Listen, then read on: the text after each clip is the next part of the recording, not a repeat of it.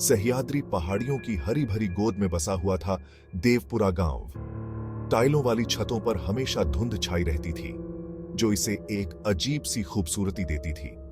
Village बहती नदियों, फुसफुसाते बांस के पेड़ों और घुमावदार पत्थरों के रास्तों से सजा हुआ था। लेकिन इस खूबसूरत माहौल के नीचे देवपुरा के लोगों के हार्टों में बेचैनी का एक सैलाब बह रहा था। ग्रामीण, जो दिखने में मिलनसार और प्यारे थे, उनकी आंखों में एक थकान दिखाई देती थी।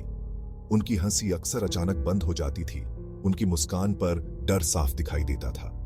उनके डर का कारण गांव के किनारे पर था, एक टूटी फूटी हवेली में जो आसपास की जिंदगी के बिल्कुल विपरीत थी। हवेली अपनी टूटती हुई दीवारों और उगे हुए आंगन के साथ सूरज की रोशनी को भी दूर भगाती हुई लगती थी। इसकी खिड़कियां खाली आंखों की तरह बाहर घूरती रहती थीं, जिससे किसी को भी देखने वाले की रीढ़ की हड्डी में कंपी आ जाती थी, क्योंकि यहीं पर मिस्ट्री में काले बाबा रहते थे।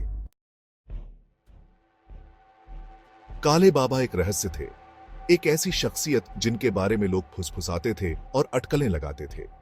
वो एकांत जीवन जीते थे, अपनी जर्जर हवेली से शायद ही कभी बाहर निकलते थे। उनके इर्द गिर्द बस कौवे ही उनके साथी थे, जो उनके घर पर साया करने वाले बरगद के पेड़ की डालियों से भयानक आवाजें निकालते थे। लोग काले बाबा के घर के आसपास होने वाली वीरडोगरीब घटनाओं के किस्से सुनाते थे। रात में उनके अंधेरे कमरों में टिमटिमाती रोशनियां दिखाई देती थी। साथ में भयानक मंत्र सुनाई देते थे, जो पूरी रात गूंजते रहते थे। जानवर सहज रूप से हवेली से दूर भागते थे, और यहां तक कि हवा भी टूटी हुई दीवारों के बीच से गुजरते हुए डर की कहानियां फुसफुसाती हुई प्रतीत होती थी।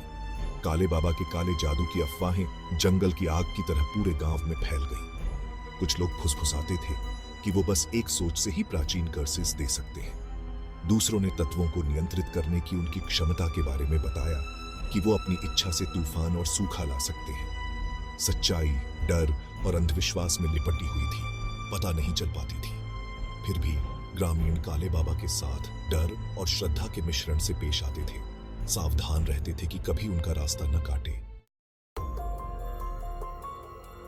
हवेली के अंदर धूल भरे गलियारों और मकड़ी के मेजों से ढके कमरों का एक जाल था। हवा में सड़ांध की गंध भरी हुई थी, और सन्नाटा बस राहुल की अपनी धड़कन की आवाज से टूट रहा था। राहुल, मैं केयरफुली से फायरे बढ़ा। मेरे दीपक की रोशनी दीवारों पर नाचते हुए साए बना रही थी। मेरा दिल मेरी छाती में जोरों से धड़क रहा था। उसे चमड़े से बंधी प्राचीन बुकों और अजीब प्रतीकों से सजी पुरानी पांडुलिपियों से भरा एक कमरा मिला।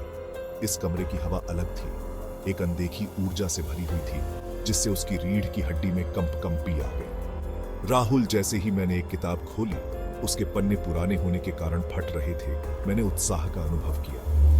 बुकें किसी ऐसी भाषा में नहीं लिखी गई थीं जिन्हें राहुल समझ सके। फिर भी जैसे ही उसने अपनी उंगलियों से जटिल प्रतीकों को छुआ, उसने एक संबंध महसूस किया, समझदारी का एहसास जो शब्दों से परे था।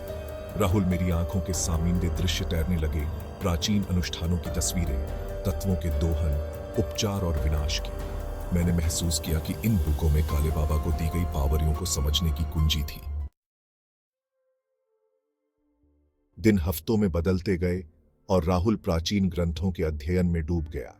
उन्होंने एक भूली हुई परंपरा के बारे में सीखा, मिस्टरीवादियों के एक वंश के बारे में जिन्होंने तत्वों से शक्ति प्राप्त की। उनका ज्ञान पीढ़ियों से चला आ रहा था। राहुल, मैंने पाया कि यह शक्ति आग की तरह सृजन और विनाश दोनों का स्रोत हो सकती है। इसका इन्फ्लुएंस चलाने वाले के इरादे पर निर्भर करता है।